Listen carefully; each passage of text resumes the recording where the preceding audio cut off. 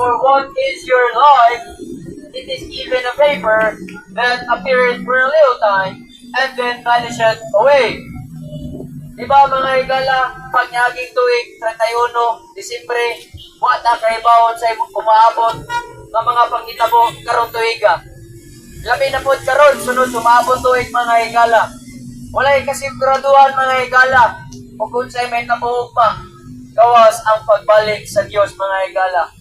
Sa Diyos si Kristo mga higala. Adunay pulong sa Diyos mga higala. Ang pulong sa Diyos na ningon, and as it is appointed unto men once to die, but after this, the judgment. Muna, ikaduhang sigurado mga higala sa gusto na to sa dili.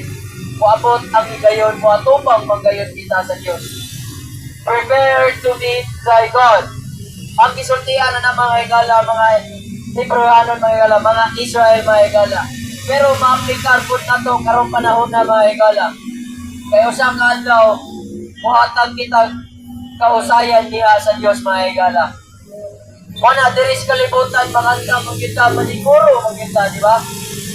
Maniguro ta, ng eskwela ta, maniguro ta, manarbaho ta, ganay sweldo.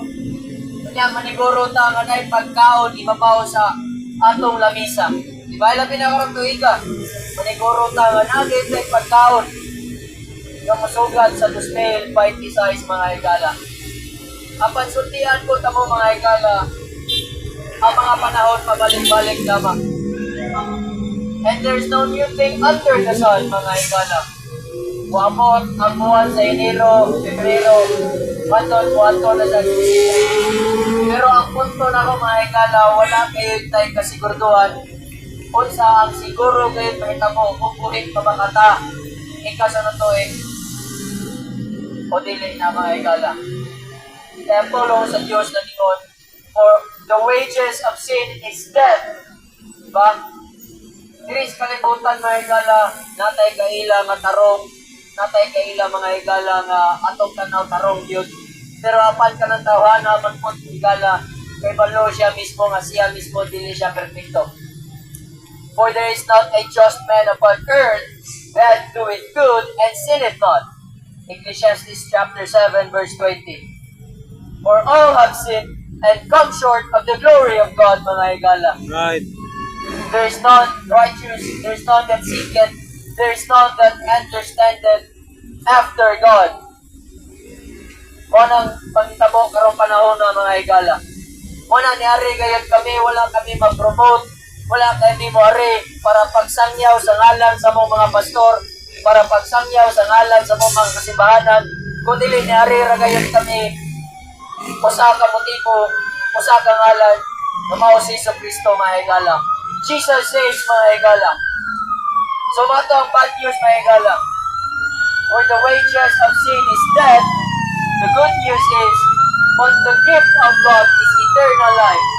Diba may balot ang Diyos ko ba? For God so loved the world mga higala.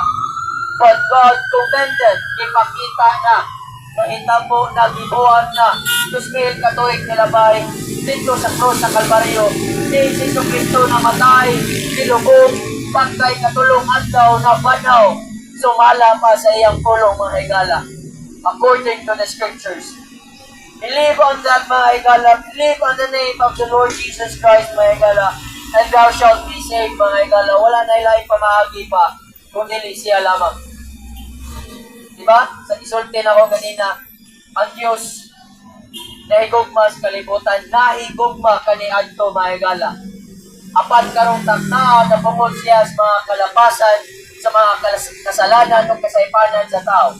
But God is angry with the wicked every day mga higala.